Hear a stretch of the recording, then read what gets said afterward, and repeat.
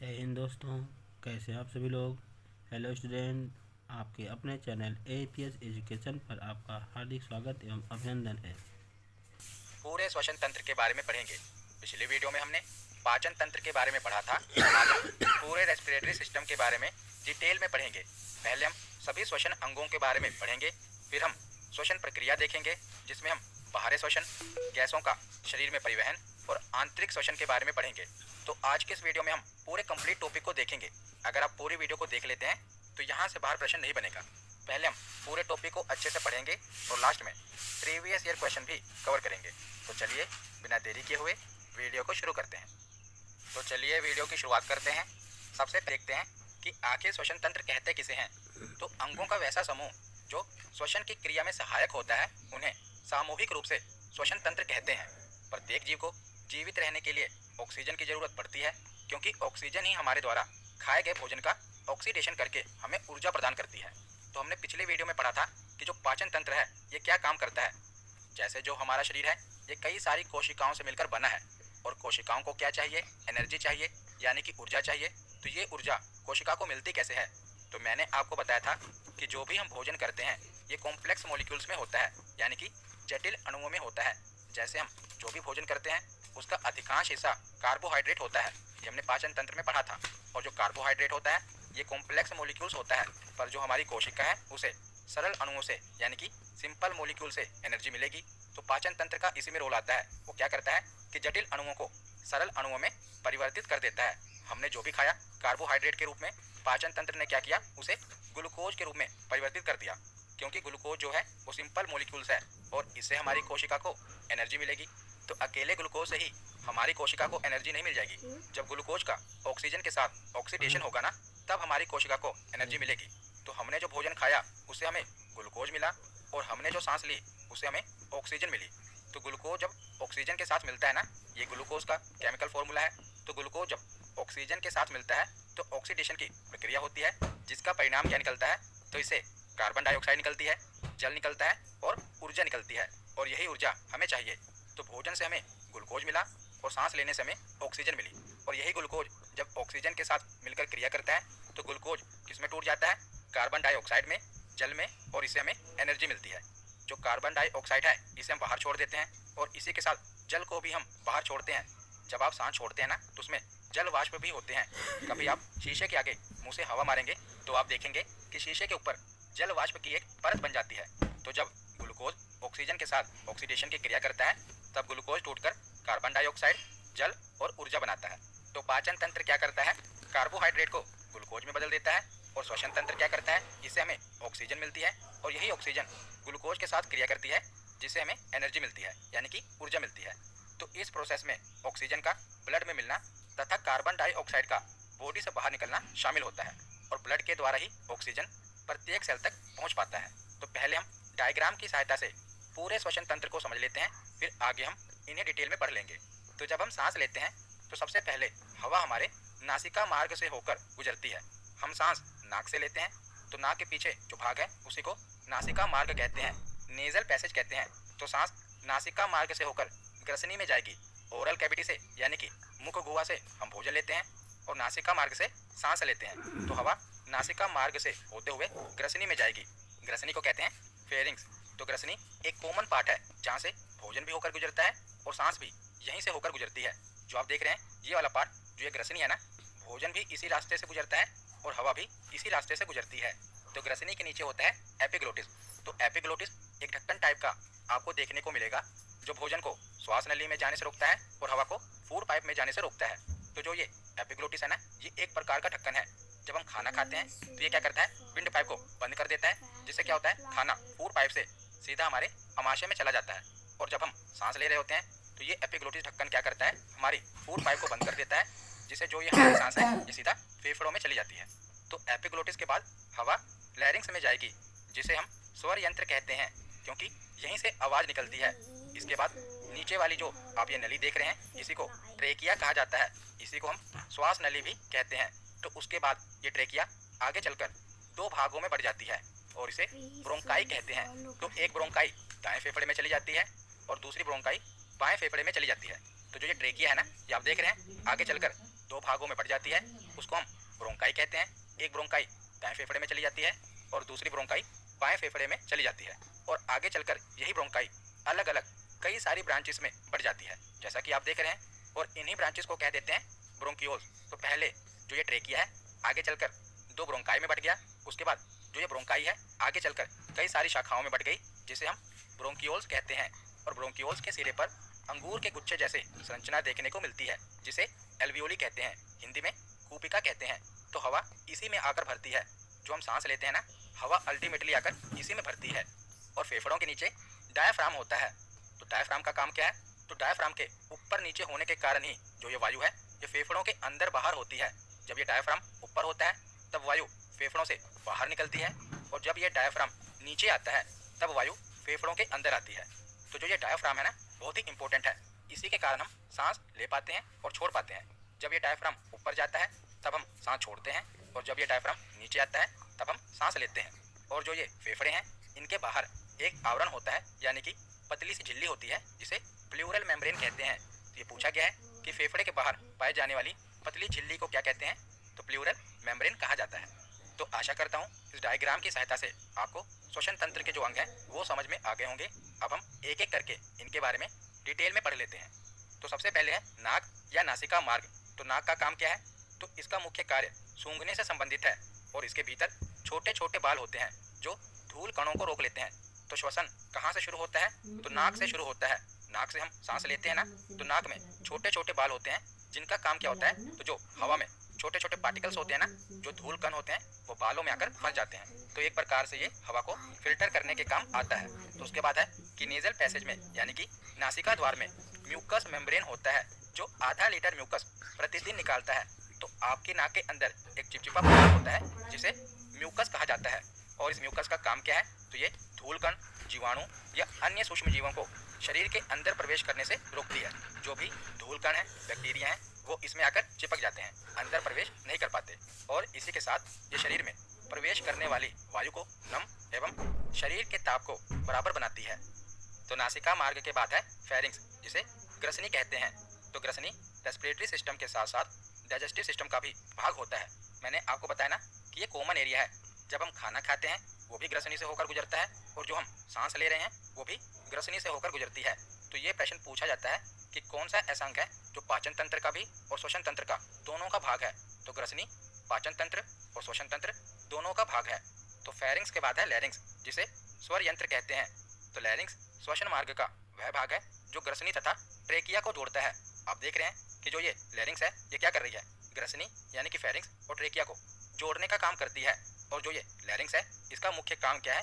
तो sound produce करना है, इसीलिए इसे स्वर यंत्र कहते हैं। तो लैरिंग्स के प्रवेश द्वार पर एक ढक्कन के समान वॉल्व होता है, जिसे एपिग्लोटिस कहते हैं। मैंने आपको एपिग्लोटिस के बारे में बताया था ना कि जब भी कुछ निगलना होता है तो यह एपिग्लोटिस ट्रेकिया द्वार को बंद कर देता है, जिससे जो फूड है वो ट्रेकिया में प्रवेश नहीं कर पाता। और इस एपिग्लोटिस को निर्देश कौन देता है? तो हमारा ब्रेन इसको निर्देश देता है। जब हम खाना खाते हैं तो हमारा ब्रेन इसे बताता है कि विंड पाइप को बंद कर दो, ताकि खाना फूड पाइप से होकर अमाशय में चला जाए। इसीलिए कहते हैं कि खाना खाते समय बात नहीं करते, नहीं तो क्या होगा कि जो हमारा खाना है फूड पाइप में नहीं, अगर हमारी विंड पाइप में चला जाएगा तो क्या होता है? कई बार होता है कि हम खाना खा रहे होते हैं और कुछ सोच रहे होते हैं, तो हमारा ब्रेन सोचने में लगा है, और जो एपिग्लोटिस है उसे निर्देश चाहिए, पर हम तो सोचने में लगे हैं, जिससे क्या होता है कि कुछ खाना जैसे ही हमारी विंड पाइप में जाता है तुरंत हमें खांसी आ जाती है, क्योंकि जो फेफड़े हैं ना वो खाना अंदर नहीं लेंगे, वो तुरंत उसे क्या करते हैं? बाहर फेंक देते हैं। तो हमें खांसी आती है, तुरंत हम क्या करते हैं? उसके बाद पानी पी लेते हैं। तो इसीलिए खाना खाते समय बात नहीं करनी चाहिए, सिर्फ खाने पर ध्यान देना चाहिए। तो उसके बाद आगे है कि पुरुषों में लैंगिक लक्षणों के विकास के साथ ध्वनि यंत्र के चारों ओर एक विशेष संरचना का निर्माण होता है, जिसे एडम्स एप्पल कहते हैं। इसके कारण स्वर यंत्र का आकार बढ़ जाता है, जिसके कारण पुरुषों की आवाज निम्न तारत्व यानी कि लो पिच की और मोटी हो जाती है, भारी आवाज हो जाती है। तो पुरुषों की आवाज भारी क्यों हो जाती है? क्योंकि उनके स्वर यंत्र के पास एक विशेष प्रकार की संरचना बन जाती है, जिससे क्या होता है? स्वर यंत्र बड़ा हो जाता है और पुरुषों की आवाज मोटी हो जाती है, भारी हो जाती है। लेकिन महिलाओं में इस प्रकार की संरचना का विकास नहीं देखने को मिलता। इसे हम एडम्स एप्पल कहते हैं, हिंदी में भी एडम्स एप्पल ही कहते हैं, पर महिलाओं में एडम्स एप्पल नहीं होता, जिसकी वजह से महिलाओं का स्वर यंत्र आकार में छोटा होता है। इसीलिए महिलाओं की आवाज हाई पिच की होती है, जो सुनने में पतली एवं मधुर सुनाई देती है। तो महिलाओं की आवाज सुनने में पतली होती है, क्योंकि उनमें एडम एप्पल की संरचना देखने को नहीं मिलती। परंतु पुरुषों में एडम्स एप्पल की संरचना देखने को मिलती है, इसीलिए पुरुषों की आवाज़ भारी होती है। तो जैसा हमने पढ़ा कि जो पुरुषों का स्वर यंत्र होता है इसका आकार बड़ा होता है, तो ये भी एग्जाम में पूछा गया है कि जो मैन का वोकल कॉर्ड होता है इसकी लेंथ कितनी होती है, तो 20 mm इसकी लेंथ होती है। और महिलाओं के वोकल कॉर्ड की लेंथ कितनी होती है, तो महिलाओं के स्वर यंत्र की लेंथ होती है 15 mm, 5 mm पुरुषों से छोटी होती है। ये एग्जाम में पूछा गया है, याद रखिएगा। मैन की वोकल कॉर्ड की लेंथ होती है 20 mm और वुमेन की वोकल कॉर्ड की लेंथ होती है 15 mm। तो लैरिंग्स के बाद आगे है ट्रेकिया, जिसे हम श्वास नली भी कहते हैं। तो ट्रेकिया द्वारा वायु फेफड़ों के अंदर तक जाती है और ट्रेकिया आगे जाकर 2 शाखाओं में बढ़ जाती है, जिसे ब्रोंकाई कहते हैं। तो आप देख रहे हैं कि ये ट्रेकिया है और ट्रेकिया आगे चलकर 2 शाखाओं में बढ़ जाती है, एक दाएं फेफड़े में चली जाती है और एक बाएं फेफड़े में चली जाती है। तो इसे क्या कहते हैं, इसे ब्रोंकाई कहते हैं। और ट्रेकिया के ऊपर 16 से 20 सी शेप के बने कार्टिलेज के रिंग होते हैं। आप देख रहे हैं कि जो ये ट्रेकिया है ना, इसके ऊपर कार्टिलेज यानी कि उपास्थि, कंकाल तंत्र में मैंने आपको बताया था ये नरम हड्डी होती है कार्टिलेज। तो ट्रेकिया के ऊपर 16 से 20 छल्ले पाए जाते हैं। इनका काम क्या होता है, तो इनका काम ट्रेकिया को सिकुड़ने तथा चिपकने से बचाने का होता है। तो ट्रेकिया के ऊपर कार्टिलेज की रिंग होती है। उसके बाद है फेफड़े। तो मानव का मुख्य श्वसन अंग कौन सा है, तो फेफड़े हैं। इनकी संख्या 2 होती है। जो दाहिना फेफड़ा है ये बाएं फेफड़े से बड़ा होता है, याद रखिएगा, ये एग्जाम में पूछा भी गया है। तो ये है दाहिना फेफड़ा। आप कह रहे होंगे कि ये तो बाईं ओर है, पर आप स्क्रीन की ओर देख रहे हैं, इसीलिए जो आपका दायां है ये स्क्रीन में दिखाए गए चित्र का बायां होगा। अगर आप अपने आप को अज्यूम करेंगे यहाँ पर, तो आपको पता चलेगा कि ये दायां है और ये बायां है। तो जो दायां फेफड़ा होता है ये बाएं फेफड़े से बड़ा होता है। तो ऐसा क्यों होता है, क्योंकि जो हमारा दिल होता है ना, वैसे तो सेंटर में होता है, पर ये बाईं ओर झुका होता है। तो बाईं ओर झुका होता है, जिसके कारण क्या होता है, ये आप देख रहे हैं यहाँ पर छोटा सा खोल होता है, खाली जगह होती है, क्योंकि यहाँ पर दिल होता है। तो इसीलिए जो दायां फेफड़ा है ये बाएं फेफड़े से बड़ा होता है। और जो फेफड़ा है ये प्लूरल मेम्ब्रेन से ढका होता है। मैंने आपको बताया था ना कि फेफड़े के ऊपर जो झिल्ली पाई जाती है उसे प्लूरल मेम्ब्रेन कहा जाता है। और दाएं फेफड़े में 3 पालियां, जिसे लोब्स कहते हैं, और बाएं फेफड़े में 2 पालियां होती हैं। तो आप देख रहे हैं कि जो फेफड़ा है दाएं फेफड़े में 3 पालियां हैं। पालियां मतलब कि जो आपको ये दायां फेफड़ा दिख रहा है ये एक प्रकार से आपको देखने को मिलेगा कि 3 भागों में बटा हुआ है। जो दायां फेफड़ा है इसमें 3 पालियां होती हैं और बाएं फेफड़े में 2 पालियां होती हैं। ये एग्जाम में पूछा गया है।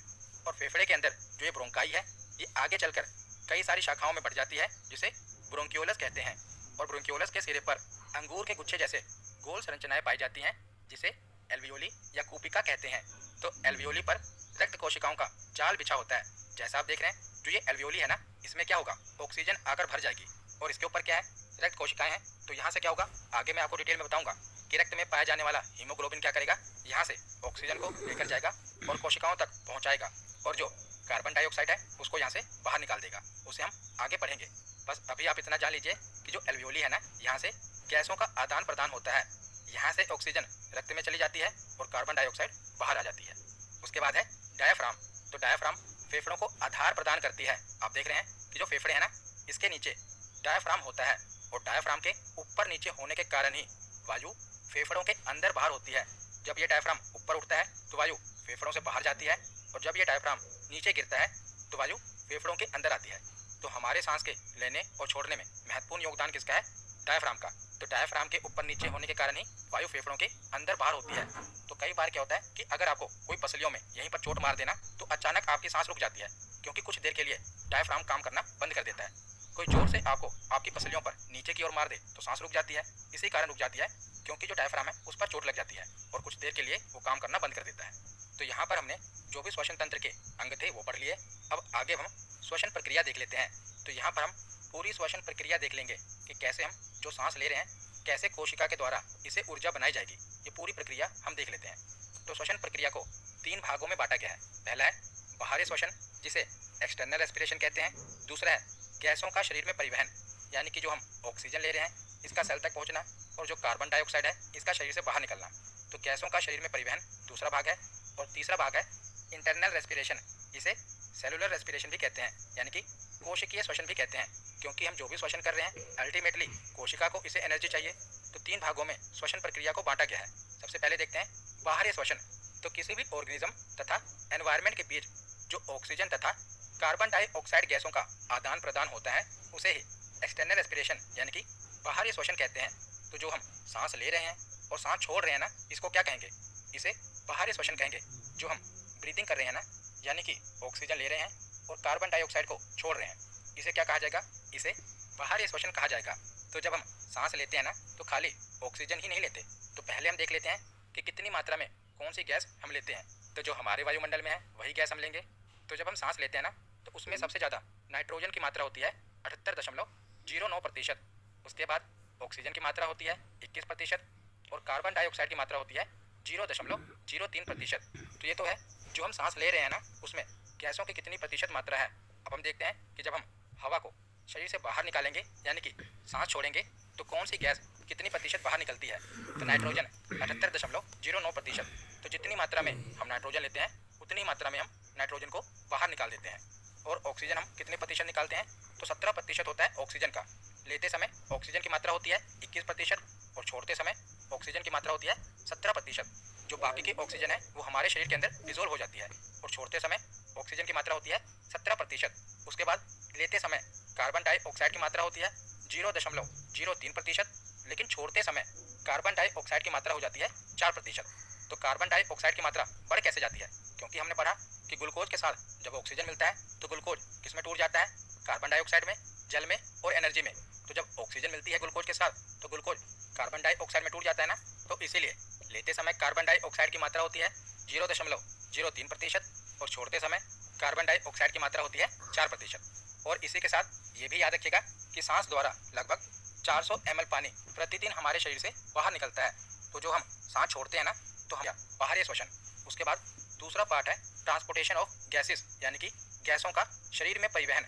तो ऑक्सीजन का फेफड़ों से शरीर के सभी सेल तक पहुंचना तथा कार्बन डाइऑक्साइड का फेफड़ों तक पुनः वापस आने का जो ये प्रोसेस है इसी को गैसों का शरीर में परिवहन कहा जाता है। तो जो हम ऑक्सीजन ले रहे हैं इसका कोशिकाओं तक पहुंचना और कार्बन डाइऑक्साइड का पुनः फेफड़ों तक पहुंचना और बाहर निकलना क्या कहा जाता है, इसी को गैसों का शरीर में परिवहन कहा जाता है। तो हमने पीछे पढ़ा था कि जो भी हम सांस लेते हैं वो एल्वियोली में आके यानी कि वो कूपिकाओं में आकर भर जाती है। और जो ये एल्वियोली है इसके ऊपर रक्त कोशिकाएं होती हैं जो यहाँ से ऑक्सीजन ले जाकर कोशिका तक पहुँचाती हैं। तो ऑक्सीजन का परिवहन रक्त में उपस्थित हीमोग्लोबिन के द्वारा होता है। तो ब्लड में जो हीमोग्लोबिन होता है ना उसका काम होता है कि एल्वियोली से वो ऑक्सीजन ले और कोशिका तक पहुँचाए। तो हीमोग्लोबिन क्या करता है, एल्वियोली से ऑक्सीजन लेता है और जब ये एल्वियोली से ऑक्सीजन लेता है तो दोनों मिलकर कहलाते हैं ऑक्सी हीमोग्लोबिन। ऑक्सीजन का ऑक्सी और हीमोग्लोबिन, क्योंकि हीमोग्लोबिन का काम है ऑक्सीजन को कोशिका तक पहुंचाना। तो जब हीमोग्लोबिन ऑक्सीजन के साथ मिलता है इसे कहते हैं ऑक्सी हीमोग्लोबिन। उसके बाद क्या होता है कि जब ये ऑक्सी हीमोग्लोबिन कोशिका तक पहुंच जाता है यानी कि सेल तक पहुंच जाता है, वहां पर जाकर ऑक्सीजन को मुक्त कर देता है। तो वहां पर फिर से ऑक्सीजन और हीमोग्लोबिन अलग हो जाते हैं। तो हीमोग्लोबिन का बस इतना ही काम है कि एल्वियोली से ऑक्सीजन को ले जाओ और कहाँ तक पहुँचाना है, कोशिका तक पहुँचाना है। तो ऑक्सीजन तो हमारी कोशिका तक पहुँच गई, किसने पहुँचाई, हीमोग्लोबिन ने। लेकिन जो कार्बन डाइऑक्साइड है अब इसे फेफड़ों तक कौन पहुँचाएगा। तो कार्बन डाइऑक्साइड का ट्रांसपोर्टेशन कोशिका से फेफड़ों तक 3 प्रकार से होता है, क्योंकि जैसे ही ग्लूकोज ऑक्सीजन के साथ मिलेगा कार्बन डाइऑक्साइड रिलीज होगी। तो कार्बन डाइऑक्साइड का कोशिका से फेफड़ों तक जो ट्रांसपोर्टेशन होता है ये 3 प्रकार से होता है। तो 10 से 20% कार्बन डाइऑक्साइड हीमोग्लोबिन के द्वारा फेफड़ों तक पहुँचाई जाती है। प्लाज्मा के द्वारा लगभग 7% कार्बन डाइऑक्साइड फेफड़ों तक पहुँचाई जाती है। प्लाज्मा के बारे में हमने ब्लड के चैप्टर में पढ़ा था कि हमारे ब्लड का 55% भाग प्लाज्मा होता है। तो प्लाज्मा 7% कार्बन डाइऑक्साइड फेफड़ों तक पहुंचाता है और बाइकार्बोनेट के द्वारा 70% कार्बन डाइऑक्साइड फेफड़ों तक पहुंचती है। तो बस आपको इतना याद रखना है कि कार्बन डाइऑक्साइड जो गैस है ये फेफड़ों तक कौन कौन पहुंचाता है, हीमोग्लोबिन, प्लाज्मा और बाइकार्बोनेट के द्वारा। तो दूसरे भाग में हमने देख लिया कि जो ऑक्सीजन है ये कोशिका तक पहुँच गई है। तो अब क्या होगा, कोशिका इसे एनर्जी बनाएगी। तो इस तीसरे भाग में हम देखेंगे कि कैसे कोशिका एनर्जी बनाएगी। तो इसे आंतरिक श्वसन या कोशिकीय श्वसन कहते हैं। तो भोजन के डाइजेशन के बाद हमें ग्लूकोज मिलता है जो ब्लड की सहायता से कोशिका तक पहुंच जाता है और इस ग्लूकोज का सेल में ऑक्सीजन द्वारा ऑक्सीडेशन किया जाता है, जिसके बाद हमें कार्बन डाइऑक्साइड, जल तथा एनर्जी मिलती है। इसी प्रोसेस को सेलुलर रेस्पिरेशन या कोशिकीय श्वसन कहते हैं। तो जो ये कोशिकीय श्वसन है इसे 2 भागों में बांटा गया है। पहला है अनऑक्सी श्वसन, दूसरा है ऑक्सी श्वसन। अनऑक्सी यानी कि अनएरोबिक रेस्पिरेशन और ऑक्सी श्वसन यानी कि एरोबिक रेस्पिरेशन। तो पहले थोड़ा ओवरव्यू ले लेते हैं कि अनऑक्सी श्वसन और ऑक्सी श्वसन क्या है। तो ये हम पढ़ रहे हैं कि जो कोशिका है ना उसमें 2 प्रकार से श्वसन होता है, ऑक्सी श्वसन और अनऑक्सी श्वसन। तो ऑक्सी श्वसन क्या है, तो जो श्वसन ऑक्सीजन की उपस्थिति में होता है उसे ऑक्सी श्वसन कहते हैं और जो श्वसन ऑक्सीजन की अनुपस्थिति में होता है उसे अनऑक्सी श्वसन कहते हैं। और ऑक्सी श्वसन में क्या होगा, इसमें ऑक्सीजन की उपस्थिति है ना तो है, और ऑक्सी श्वसन में क्या होगा, इसमें ऑक्सीजन की उपस्थिति है ना तो ऑक्सीजन ग्लूकोज के साथ मिलकर ग्लूकोज को कार्बन डाइऑक्साइड और जल में तोड़ देगा और इससे हमें एनर्जी मिलेगी। आगे हम देखेंगे कितनी एनर्जी मिलेगी। एटीपी की फुल फॉर्म क्या है? Adenosine triphosphate. तो एटीपी क्या है? तो जैसे जो रुपया होता है उसका एक नंबर होता है ना कि हमारे पास 50 रुपये हैं, 100 रुपये हैं, उसी प्रकार एटीपी को एनर्जी की करेंसी कह सकते हैं। तो जब 38 एटीपी हो जाता है तब हमें ऊर्जा मिलती है। तो ऑक्सीश्वसन जो है ये कोशिका द्रव यानी कि साइटोप्लाज्म और माइटोकॉन्ड्रिया में पूरी होती है। हमने कोशिका वाले चैप्टर में पढ़ा था, ये कोशिका के ही अंग हैं, जिसमें हमने केंद्रक, माइटोकॉन्ड्रिया, लाइसोसोम के बारे में पढ़ा था। और हमने पढ़ा था कोशिका के अंदर जो द्रव होता है उसे कोशिका द्रव कहते हैं। तो ऑक्सीश्वसन कोशिका द्रव में और माइटोकॉन्ड्रिया में होता है। तो ऑक्सीश्वसन किन में देखने को मिलता है? एनिमल्स में, ह्यूमंस में, बर्ड्स में। तो मानवों में भी ऑक्सीश्वसन देखने को मिलता है। और जो अनऑक्सीश्वसन होता है ना, तो इसमें जो ग्लूकोज होता है वो टूटकर लैक्टिक एसिड, कार्बन डाइऑक्साइड, जल और 2 एटीपी ऊर्जा बनाता है। और जो अनऑक्सीश्वसन है ये कोशिका द्रव यानी कि साइटोप्लाज्म में पूरी होती है। इसके उदाहरण कौन कौन से हैं अनऑक्सीश्वसन के? तो कीटों में यानी कि इंसेक्ट में अनऑक्सीश्वसन देखने को मिलता है। सूक्ष्म जीवों में अनऑक्सीश्वसन देखने को मिलता है, जिन्हें हम नग्न आंखों से नहीं देख पाते। सूक्ष्म जीवों में अनऑक्सीश्वसन देखने को मिलता है, देखें अनऑक्सीश्वसन देखने को मिलता है। और जो किण्वन की प्रक्रिया होती है ना, यानी कि जो शराब बनाने की प्रक्रिया है, अंगूर से जो शराब बनती है, दूध से जो दही बनता है, ये किण्वन की प्रक्रिया है, इसमें भी अनऑक्सीश्वसन देखने को मिलता है। तो जो अनऑक्सीश्वसन है ये ऑक्सीजन की अनुपस्थिति में होता है और अनऑक्सीश्वसन कोशिका द्रव में पूरा होता है। और अनऑक्सीश्वसन में क्या होता है? जो ग्लूकोज का एक मॉलिक्यूल होता है ना, ये टूटकर पायरुविक एसिड के 2 मॉलिक्यूल बनाता है और हमें 2 एटीपी ऊर्जा इससे मिलती है। और इस प्रक्रिया को ग्लाइकोलाइसिस कहते हैं। ग्लाइकोलाइसिस यानी कि लाइसिस मतलब टूटना, ग्लाई मतलब कि ग्लूकोज का। तो इस प्रक्रिया को ग्लाइकोलाइसिस कहते हैं, जिसमें ग्लूकोज का एक मॉलिक्यूल 2 पायरुविक एसिड बनाता है और हमें 2 एटीपी ऊर्जा इससे मिलती है। और इसमें ग्लूकोज बिना ऑक्सीजन के मसल में लैक्टिक एसिड बनाता है, जिससे हमारे शरीर में थकावट महसूस होती है। तो जब हम बहुत ज़्यादा एक्सरसाइज कर लेते हैं तो क्या होता है कि हमारे मसल में लैक्टिक एसिड बन जाता है, जिससे क्या होता है कि हमारे शरीर में थकावट महसूस होती है, हमारे शरीर में थकान महसूस होने लगती है, दर्द महसूस होता है। किसके कारण? तो लैक्टिक एसिड के कारण। और ये लैक्टिक एसिड बनता कैसे है? तो जो ग्लूकोज है ये ऑक्सीजन की अनुपस्थिति में लैक्टिक एसिड बनाता है। तो अनऑक्सीश्वसन के बाद है ऑक्सीश्वसन यानी कि एरोबिक रेस्पिरेशन। तो एरोबिक रेस्पिरेशन ऑक्सीजन की प्रेजेंस में होता है। और इसमें क्या होता है कि जो ग्लूकोज है ये ऑक्सीजन की उपस्थिति में टूटकर कार्बन डाइऑक्साइड, जल और ऊर्जा बनाता है और इससे हमें 38 एटीपी ऊर्जा मिलती है। तो जो ऑक्सीश्वसन की प्रक्रिया है ये 2 साइकिल में कंप्लीट होती है। पहला साइकिल है ग्लाइकोलाइसिस और दूसरा है क्रेब्स साइकिल, जो कि क्रेब्स नामक वैज्ञानिक के द्वारा दिया गया है। तो ग्लाइकोलाइसिस हमने पीछे पढ़ा, जो ग्लाइकोलाइसिस प्रक्रिया है ना, ये ऑक्सीश्वसन और अनऑक्सीश्वसन दोनों में होती है। अनऑक्सीश्वसन में केवल ग्लाइकोलाइसिस होता है, लेकिन ऑक्सीश्वसन में पहले ग्लाइकोलाइसिस होगा, उसके बाद जो क्रेब्स साइकिल है ये कंप्लीट होगा। तो पहला स्टेप है ग्लाइकोलाइसिस। इसमें क्या होगा? ग्लूकोज का एक मॉलिक्यूल टूटकर पायरुविक एसिड के 2 मॉलिक्यूल बनाता है और 2 एटीपी ऊर्जा मिलती है। तो जो ग्लाइकोलाइसिस साइकिल है ना, ये सेल के साइटोप्लाज्म में कंप्लीट होता है। और जो क्रेब्स साइकिल है ये सेल के माइटोकॉन्ड्रिया में कंप्लीट होता है। हमने पीछे पढ़ा था ना कि जो ऑक्सीश्वसन है ये 2 जगह होता है, कोशिका द्रव में और माइटोकॉन्ड्रिया में। तो ग्लाइकोलाइसिस की प्रक्रिया कोशिका द्रव में होती है और क्रेब्स साइकिल की प्रक्रिया माइटोकॉन्ड्रिया में होती है। तो अब देखते हैं क्रेब्स साइकिल। तो यह सेल के माइटोकॉन्ड्रिया में होती है और ग्लाइकोलाइसिस के क्रेब्स साइकिल तो यह सेल के माइटोकॉन्ड्रिया में होती है। और ग्लाइकोलाइसिस के द्वारा बने पदार्थ पायरुविक अम्ल पूरी तरीके से ऑक्सीडाइज होकर कार्बन डाइऑक्साइड और वाटर में बदल जाता है। हमने पढ़ा कि जो ऑक्सीश्वसन है ये 2 साइकिल में कंप्लीट होता है। पहले साइकिल में हमने देखा ना कि ग्लूकोज का एक मॉलिक्यूल टूटकर पायरुविक एसिड के 2 मॉलिक्यूल बनाता है। और सेकंड स्टेप पर हम देख रहे हैं कि पायरुविक अम्ल पूरी तरीके से ऑक्सीडाइज होकर कार्बन डाइऑक्साइड और वाटर में बदल जाता है और साथ में इससे हमें एनर्जी मिलती है। तो ग्लूकोज के अणु टूटकर 2 पायरुविक एसिड के मॉलिक्यूल बने थे। तो एक पायरुविक एसिड के मॉलिक्यूल में 18 एटीपी ऊर्जा होती है। तो 2 पायरुविक एसिड के मॉलिक्यूल में कितनी ऊर्जा हमें मिलेगी? 18 दूनी 36 एटीपी ऊर्जा यहाँ से मिलेगी। और हमने पढ़ा था कि ग्लाइकोलाइसिस की प्रक्रिया में हमें 2 एटीपी ऊर्जा मिलती है। तो 36 एटीपी ऊर्जा ये हो गई और 2 एटीपी और, तो टोटल मिलाकर 38 एटीपी ऊर्जा हो गई। अब ये जो एनर्जी है कौन ले लेगा? तो कोशिका को ये एनर्जी चाहिए। तो हमने पूरा प्रोसेस देख लिया। पहले हमने जो श्वसन तंत्र के अंग हैं उनके बारे में पढ़ा, उसके बाद जो पूरी श्वसन प्रक्रिया है वो हमने पढ़ ली। तो यहाँ पर हमारा थियरी सेक्शन कंप्लीट होता है। अब हम प्रीवियस ईयर क्वेश्चन देखते हैं।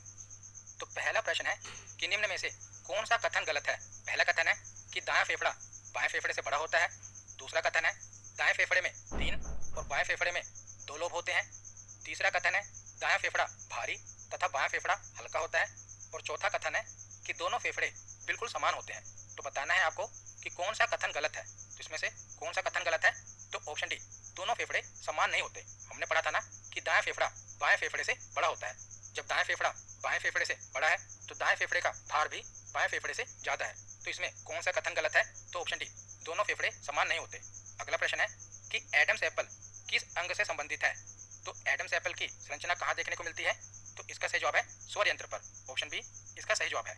अगला प्रश्न है कि श्वसन क्रिया के दौरान कौन सी गैस की मात्रा में कोई परिवर्तन नहीं होता? तो ऑक्सीजन, नाइट्रोजन या कार्बन डाइऑक्साइड? तो नाइट्रोजन गैस की मात्रा में कोई परिवर्तन नहीं होता। हम जितनी नाइट्रोजन गैस लेते हैं उतनी नाइट्रोजन गैस बाहर निकाल देते हैं, तो इस गैस की मात्रा में कोई परिवर्तन नहीं होता। तो इसका सही जवाब है ऑप्शन बी। अगला प्रश्न है कि निम्न में से कौन सा कथन गलत है? पहला कथन है कि हमेशा सांस नाक से लेनी चाहिए। दूसरा कथन है कि श्वसन में नाक एवं मुंह से सांस ली जाती है। तीसरा कथन है कि नाक में बाल धूल मिट्टी के कण को रोकने का कार्य करते हैं। और चौथा कथन है कि मुंह से सांस लेना अच्छा माना जाता है। तो इसमें से आपको बताना है कि कौन सा कथन गलत है। तो इसका सही जवाब क्या होगा? ऑप्शन डी, मुंह से सांस लेना अच्छा नहीं माना जाता। तो इसका सही जवाब है ऑप्शन डी। अगला प्रश्न है कि एपिग्लोटिस का क्या कार्य है? पहला कथन है कि भोजन निगलते समय सांस मार्ग को बंद नहीं होने देता। दूसरा कथन है कि भोजन निगलते समय कण को श्वास नली में जाने से रोकता है। तीसरा कथन है कि भोजन निगलते समय सांस मार्ग को बंद कर देता है। तो इसका सही जवाब है ऑप्शन डी, बी और सी दोनों कथन सही हैं। अगला प्रश्न है कि मुख्य रूप से किसके ऑक्सीकरण द्वारा उत्पन्न ऊर्जा को श्वसन कहा जाता है? तो हमने पढ़ा था कि ऑक्सीजन का किसके साथ क्रिया होती है? ग्लूकोज के साथ, और ग्लूकोज हमें किससे मिलता है? कार्बोहाइड्रेट से। तो इसका सही जवाब है ऑप्शन सी। अगला प्रश्न है कि निम्नलिखित में से सांस को छोड़ते समय गैसों की प्रतिशतता में कौन सा सही है? तो जब हम सांस छोड़ते हैं तो नाइट्रोजन की मात्रा लगभग 78% होती है। तो इसका सही जवाब है ऑप्शन बी। अगला प्रश्न है कि मनुष्य में सांस लेने की दर सामान्यतः प्रति मिनट कितनी होती है? तो ये क्वेश्चन याद रख लेना कि मनुष्य में सांस लेने की दर सामान्यतः प्रति मिनट होती है 12 से 16 बार। तो एक सामान्य व्यक्ति प्रति मिनट में कितनी बार सांस लेता है? तो 12 से 16 बार सांस लेता है। तो इसका सही जवाब है ऑप्शन ए। अगला प्रश्न है कि श्वसन तंत्र में ऑक्सीजन का आवागमन किसके कारण होता है?